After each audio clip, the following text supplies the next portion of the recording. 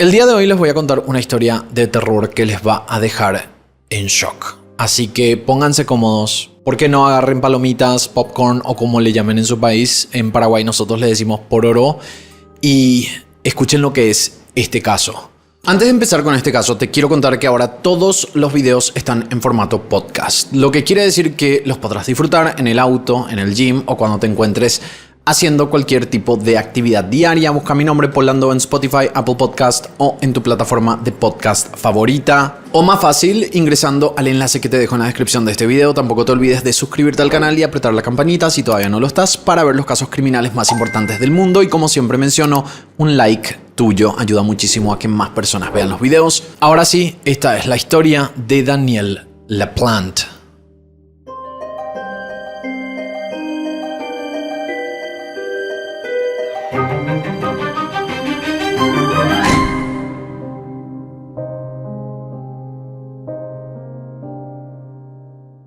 Esta historia comienza en el año 1986 con una familia común y corriente que vivía en Pepperell, Massachusetts, un pueblito que tenía en ese entonces 10,000 habitantes.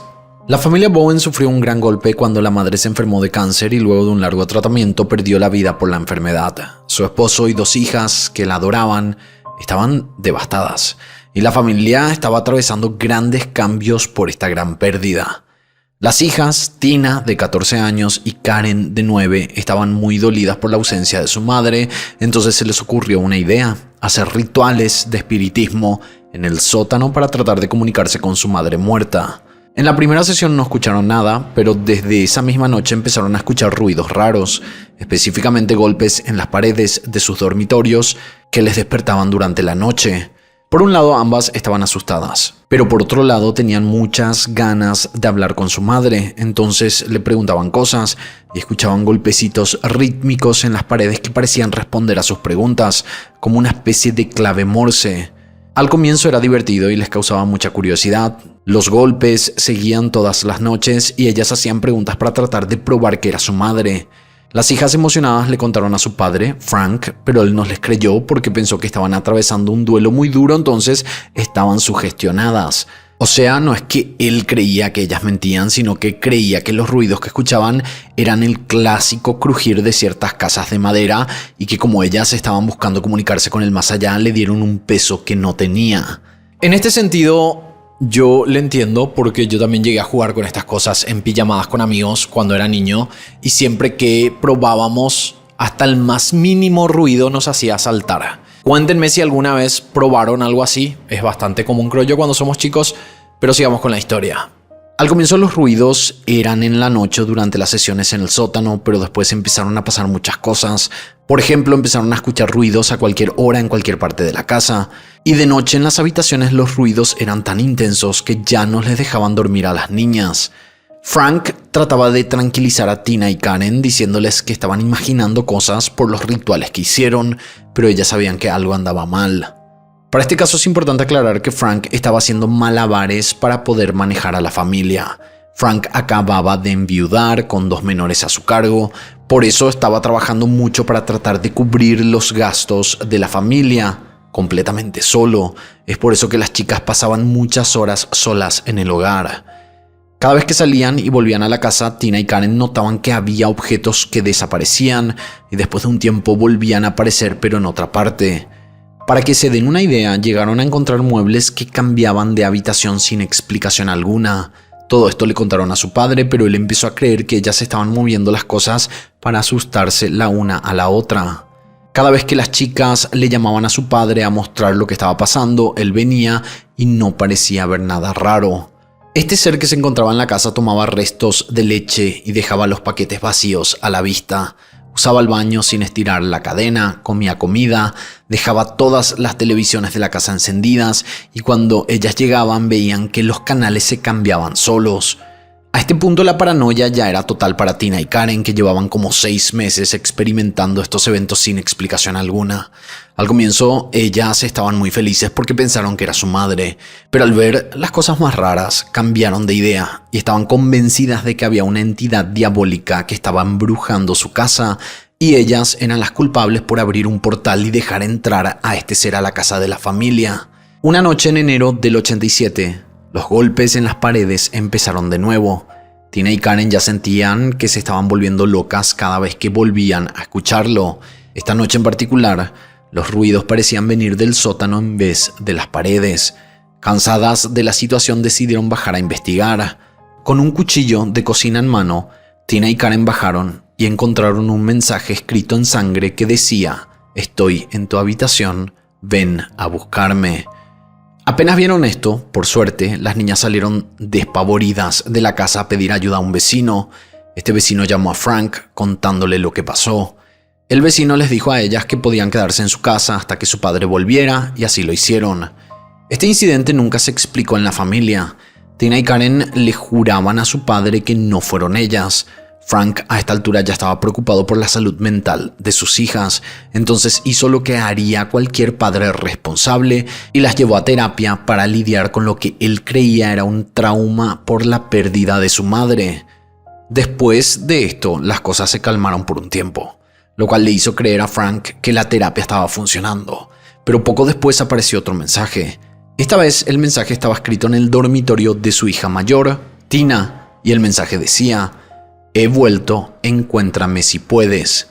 Una vez más, Frank se enteró de esto porque recibió una llamada de la casa del vecino contando que sus hijas estaban aterrorizadas esperando de nuevo en su casa a que él volviera. Frank volvió a su casa del trabajo y entró de una manera segura para demostrarle a las chicas que nada estaba pasando, pero cuando puso un pie en la puerta vio que había mucho más desorden del que sus hijas y el vecino habían hablado.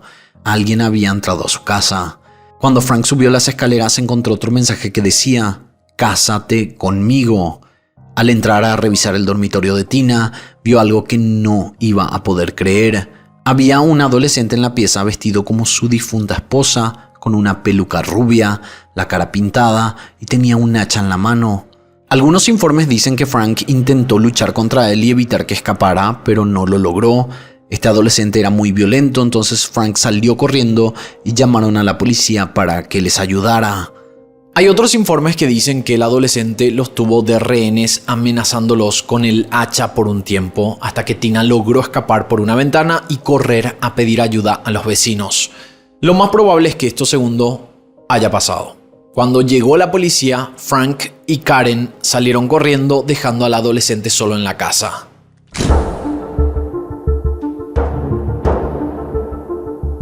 Al llegar la policía estaba muy confundida por todo lo que los Bowen le contaron. Inspeccionaron los mensajes y se dieron cuenta que no estaban escritos en sangre, sino que estaban escritos con ketchup. Los policías rodearon la zona, inspeccionaron el perímetro de la casa, pero no encontraron nada. Es como que el adolescente se había esfumado, nadie lo había visto salir, lo cual significaba que tenía que estar dentro de la casa. Los agentes analizaron la casa metro por metro hasta que uno de los oficiales se dio cuenta que la casa tenía algunas paredes huecas. Había una pared que estaba llena de caños y aparentemente se había puesto esa pared para que no quedaran los caños a la vista. Entonces los taparon con esta pared falsa que dejaba un pequeño espacio donde podía entrar una persona. En el dormitorio de Tina, la hermana mayor, había uno de estos armarios empotrados que al ser construidos se ve que quedó con un hueco entre la pared y el armario. Al mover el armario entre los agentes, encontraron al joven Daniel LaPlante, agazapado en el hueco, exactamente descrito como había dicho Frank, con el rostro pintado, una peluca y ropa de la madre. En el instante detuvieron a Daniel y se dieron cuenta que los ruidos que las chicas estaban escuchando por meses no era de un demonio ni el espíritu de su madre. Realmente era Daniel, que por algún motivo decidió esconderse en la casa de la familia y atormentarles por más de medio año. También encontraron que dentro de estos huecos en las paredes había pequeños orificios que Daniel talló para poder mirar a la familia desde las paredes mientras ellos hacían su vida normal. Daniel fue puesto bajo custodia policial y recluido en un centro de detención de menores hasta octubre de 1987. Luego de aproximadamente 9 meses y medio le dieron una fianza de $10,000, la cual su madre pagó y quedó libre de nuevo. Pero la pregunta es quién era Daniel LaPlante y por qué había hecho esto.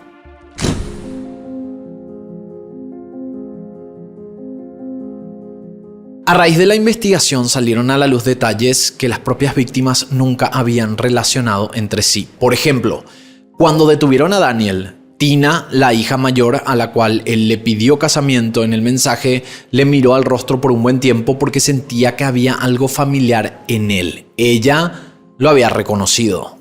Un tiempo antes de las sesiones espiritistas y de que empezaran los eventos raros en la casa, Tina había recibido llamadas en la casa de la familia de un hombre que decía tener amigos en común con ella. Él era Daniel LaPlante, pero le dijo que podía llamarle Danny. Hay artículos que dicen que Daniel había entrado previamente a la casa de los Bowen y ahí había conseguido el número de la familia. Pero tenemos que tener en cuenta que esto pasó en 1986. Muchos seguramente recordarán, pero en esa época era bastante fácil encontrar los números de casas de personas en las guías telefónicas. Danny conversó con Tina y con Karen por semanas, pero tenía un especial interés en Tina, que tenía su misma edad. Como la conversación fluía por horas, decidieron encontrarse en persona para su primera cita en una feria local. Lo más raro de cuando Danny llegó a la casa para buscarla es que él le había dicho que era rubio, alto y atlético, pero como verán en las fotos, no era ni rubio ni alto y se veía bastante desaliñado. Pero como Tina ya estaba ahí, decidió irse de todos modos con él. Durante la cita en la feria, el comportamiento de Danny le parecía medio raro, porque cuando Danny le preguntó por su familia, ella le contó que su mamá había muerto recientemente de cáncer. Y desde ese momento, Danny parecía tener una obsesión al respecto. Le hizo muchísimas preguntas de cómo murió, cómo se sentían ellos cuando se enteraron, el dolor que había sentido, y todo esto parecía gustarle. No es que le preguntaba como empatía, sino que con morbo. Luego de una hora, Tina le inventó una excusa y se retiró. Ella había decidido que no quería volver a verlo, pero Danny tenía otros planes. Danny ya había entrado a varias casas de la zona para robar cosas de valor, como dinero, en efectivo, joyas y armas. Siempre que Danny entraba a las casas, le gustaba mover cosas del lugar para confundir a los dueños de la casa. Se ve que después de hablar con Tina, Danny desarrolló una especie de obsesión por la adolescente. Él siguió con las llamadas, pero Tina ya no respondía. Entonces él entró a su casa cuando nadie estaba y se escondió en los huecos que había en las paredes. Todo lo que las dos hijas habían escuchado, los ruidos en las paredes, los mensajes escritos con ketchup y las cosas que desaparecían o se movían del lugar eran reales. Era Daniel.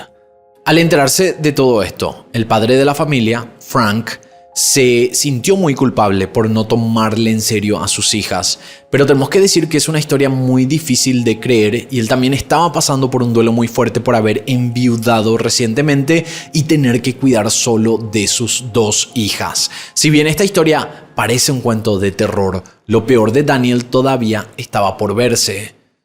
En breve continuamos con este caso. Antes quiero agradecer a todos los miembros del canal que están mes a mes y que tienen beneficios únicos, como por ejemplo tener los videos antes y sin comerciales, emojis exclusivos para usarlos en la caja de comentarios y la insignia de batería que se va cargando con los meses. Por tan solo 99 centavos de dólar tenés acceso a todos estos beneficios y de paso es una manera de ayudar a este canal. Para ser miembro solo tenés que apretar el botón unirse o con el enlace en la descripción. Ahora sí, seguimos con este caso.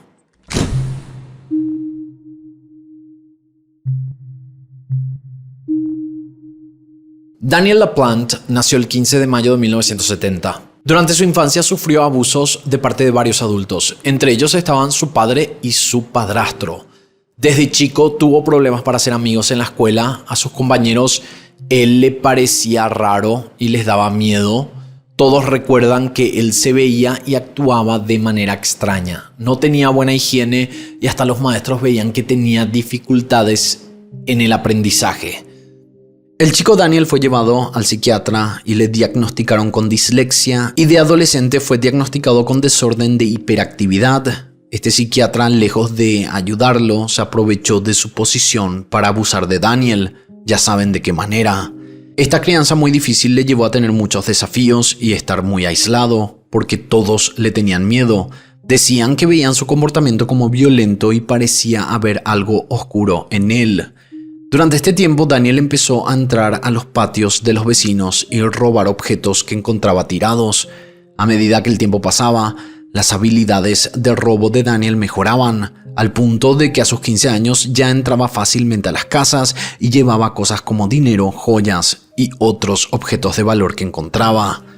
Lo que le divertía a Daniel era entrar, mover objetos del lugar, llevarse cosas que encontraba, pero a la vez solía dejar cosas suyas en la escena para confundir a los dueños. Daniel usaba los inodoros y dejaba sus heces ahí. Es como que le divertía hacer juegos mentales con sus víctimas. Por esto fue detenido muchas veces y le ganó una mala reputación a su familia en su vecindario, pero al parecer, como era muy chico, siempre lo dejaban libre, se salía con la suya. Este es el momento donde ocurre el acoso a la familia Bowen. Luego de meses de martirio, al fin pudieron descubrir que era Daniel el que les estaba volviendo locos, pero las circunstancias eran tan raras, más viniendo de un menor de edad que fue liberado a menos de un año de su detención. Daniel fue liberado en octubre de 1987 y en diciembre del mismo año, solo 2 meses después, ya se vería involucrado en otro crimen.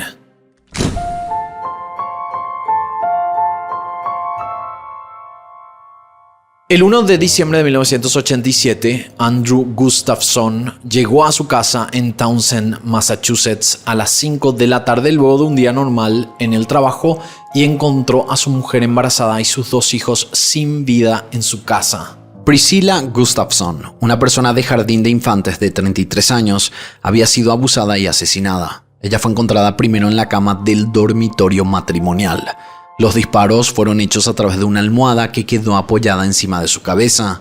En shock, Andrew solo pudo llamar a la policía, quienes llegaron inmediatamente y encontraron también los cuerpos de los 2 hijos de la pareja.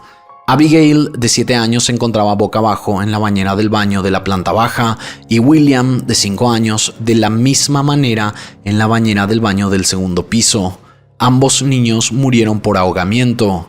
En la pieza de la habitación matrimonial donde estaba Priscilla, encontraron pedazos de un profiláctico. Se encontraron medias y corbatas que fueron usadas para retener a Priscilla. También encontraron una botella de cerveza de la familia y pedazos rotos de revistas de contenido XXX. Desde un principio, el principal sospechoso fue Daniel LaPlante porque estaba recientemente libre y él había sido atrapado en varios robos en el vecindario. Entre ellos, uno a la misma familia Gustafson meses antes de los asesinatos. En uno de estos robos desapareció el arma de uno de los vecinos y plata en efectivo.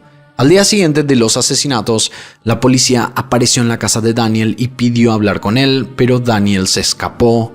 El día después, Daniel ingresó a 2 casas ajenas, robó un revólver e intentó entrar a una tercera casa, pero no pudo. Luego fue a una cuarta casa, la de Pamela McKella, y le obligó a punta de pistola que lo llevara en su van a Fitchburg, una de las ciudades más grandes de Massachusetts que estaba a unos 13 kilómetros de ahí. Durante el viaje, Pamela logró escapar, saltando del vehículo en movimiento. Daniel tomó el control de la van y continuó el camino hasta que finalmente fue detenido por la policía en un vertedero industrial. Cuando lo detuvieron, la policía se dio cuenta que él tenía el revólver cargado en su ropa interior y balas extras escondidas en los zapatos. Estaba listo para atacar de nuevo.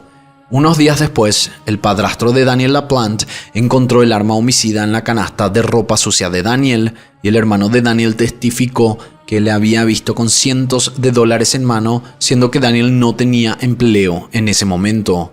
Trajeron perros entrenados a que olfateen la casa de los Gustafson y ellos marcaron un camino donde había huellas idénticas al zapato de Daniel. Este camino llevó directo a la casa de Daniel y los perros pararon en la puerta. Más tarde confirmaron que el arma que encontró el padrastro de Daniel entre su ropa sucia fue la utilizada para quitarle la vida a Priscilla Gustafson. Además encontraron ADN y restos de fibra idénticos a la ropa de Daniel en la casa de la familia Gustafson y guantes mojados con trazas de pólvora, lo cual tiene sentido con el disparo y los ahogamientos de los niños en las bañeras. El arma robada, los guantes y las cosas que encontraron en la habitación de Priscilla demostraban que había premeditación en sus hechos. El juez dijo que había evidencia científica que probaba que Daniel era el culpable y otras evidencias que decían que podía ser el culpable él u otra persona de la casa de la familia LaPlante. Por este motivo interrogaron a todos los que estaban ahí, que eran 5 miembros de la familia LaPlante y un amigo de la familia que solía estar siempre en la casa. Lejos de aclarar las cosas, estos interrogatorios le parecieron muy raros al juez. Él dijo que toda la dinámica familiar parecía consistir en culpar a Daniel de todo siempre. El juez tenía dudas si la familia estaba conspirando para que Daniel fuera el chivo expiatorio del hermano y del amigo.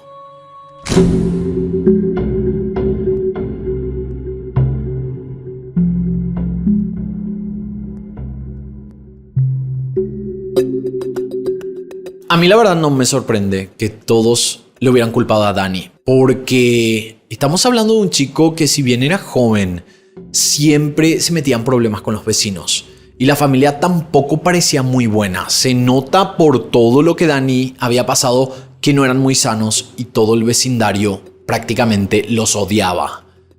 La justicia tenía en total 6 sospechosos, que eran Daniel, 4 familiares suyos y este amigo de la familia.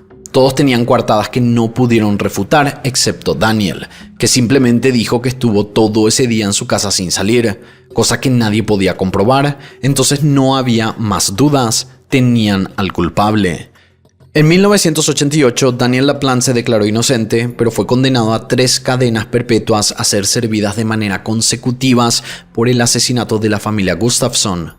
Mientras el jurado deliberaba, Daniel hacía bromas con su abogado y no reaccionó de ninguna manera cuando le leyeron el veredicto. Parecía no importarle la situación, o capaz no dimensionaba.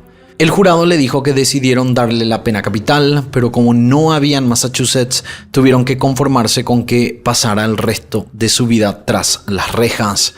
Desde el año 1988 hasta el 2014, Daniel demandó al sistema judicial diciendo que no le permitían la libertad de religión porque, según él, era satanista y quería hacer ritos satánicos en la cárcel, pero los guardias se negaban a dejarle meter objetos para sus rituales.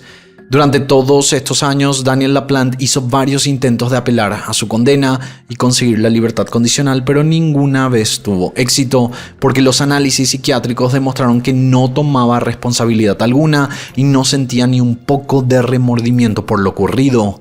En el 2017, luego de intentar de todo, Daniel hizo un comunicado diciendo que se sentía arrepentido, que desde lo más profundo de su alma pedía perdón. El juez no se enterneció con sus palabras y le denegó la reducción de condena. Hoy, con 54 años de edad, Daniel continúa preso en la institución correccional de Massachusetts en Norfolk.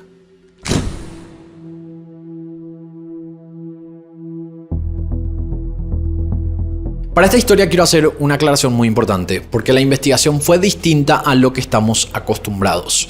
La primera familia, los que fueron perseguidos con un hacha, en ciertas fuentes son llamados con el apellido Bowen, como Frank, Tina y Karen Bowen, y en otras publicaciones con el apellido Andrews, como Brian, Annie y Jessica Andrews. No les voy a mentir, nosotros empezamos a desarrollar este video y en el medio del proceso nos quedamos dudando, porque mucha gente dice que esta historia es un mito. Lo cual entiendo porque las fuentes no eran muy fidedignas y los datos no coincidían. Y obviamente nosotros no queremos darles una historia falsa. Pero después de mucho buscar encontramos suficiente información para decir que esta historia es verdadera. Encontramos en una plataforma de diarios antiguos que solemos usar, donde hay varios diarios de la época que confirman la veracidad de la historia. Hablan del incidente del hacha, de cuando Daniel fue liberado y de los robos a los vecinos. Además de esto, también encontramos a periodistas y documentalistas que lograron hablar con Tina Bowen y dar con su recolección de los hechos. También encontramos a un hombre llamado Albert W. LaPlante, que tenía una empresa muy grande de construcción de casas en Massachusetts. Era una eminencia ahí. Por años fue presidente de la Asociación de Constructores de Casas en Massachusetts. Nosotros creemos que Albert LaPlante es el abuelo de Daniel LaPlante. No podemos estar 100% seguros, porque como Daniel fue víctima de abuso siendo menor, se dejó de lado su nombre y también el de su padre, que era su abusador, y esto se dejó en privado para estas acusaciones. Además, Albert tuvo 21 nietos y 16 bisnietos. Es un poco difícil saber hijo de quién es Daniel, pero esta parece ser la única familia de apellido LaPlante de la zona.